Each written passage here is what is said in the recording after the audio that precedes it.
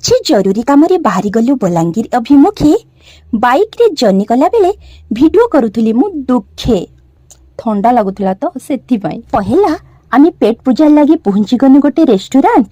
ପତିଦେବ ମୋର ମେନୁ ବହି ପଢିଲା ବେଳେ ମୁଇଁ ଅର୍ଡର କରିଥିଲି ଗୋଟେ ମସଲା ପାମ୍ପଡ଼ ପ୍ଲେଟ। ପାମ୍ପଡ଼ ଖତମ ହେଲା ପରେ ୱେଟ୍ କରିଥିଲୁ ଆମ ଲଞ୍ଚ ଥାଳିକୁ।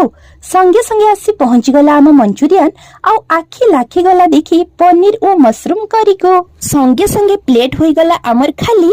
ଆଜ୍ଞା ପାଣି ବୋତଲର ଚାର୍ଜ ଲାଗବା କି ନି ଲାଗେ ବୁଝିକରି ତାପରେ ବୋତଲ ଦେବେ ଖୋଲି। ସତ କଥା ପରା ଆଜ୍ଞା, ଖାଇସାରି ବିଲ୍ ଦେଲେ ଭାରି ବାଧେ।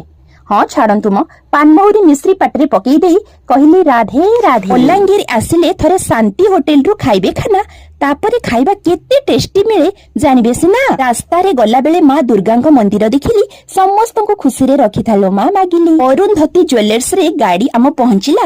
ସବୁଆଡେ ଅର୍ଚିତାର ଫଟୋ ଦେଖି ଭାରି ଖୁସି ଲାଗିଲା। ସତରେ ହିରୋଇନ ହେଲେ କେତେ ଲାଭ ନା। ଯାହା କିଣିଲି ସେଇଟା ସିକ୍ରେଟ, ପ୍ଲିଜ ଡୋଣ୍ଟ ମାଇଣ୍ଡ। ଚାଲନ୍ତୁ ଯିବା ଟିକେ ଫଳ ମାର୍କେଟ। ଫଳ କିଣି ସାରି ଆଖି ମୋର ଲାଖିଗଲା ବୁର ଉପରେ। ସଙ୍ଗେ ସଙ୍ଗେ କିଣି ଆଣି ଦବେଇ ଖାଇଦେଲି ତପରେ। ଫେରିଲା ବେଳେ ଟିକେ ଯାଇଥିଲୁ ଆମର ଇନଷ୍ଟିଚ୍ୟୁଟ କୁ, ମୋର ବାକି ଥିବା ବିଡିର ସାର୍ଟିଫିକେଟ କିଛି ଆଣିବାକୁ। ସବୁ କାମ ସାରି ଫେରିଲା ବେଳେ ହୋଇଗଲା ରାତି। ଆପଣ ମାନେ ସବସ୍କ୍ରାଇବ କରିଦିଅନ୍ତୁ ନା ଦବେଇକି ସେଇ ନାଲି ବଟନଟି। ରହୁଛି। ଜୟ ଜଗନ୍ନାଥ, ଜୟ ମା ସମଲେଇ।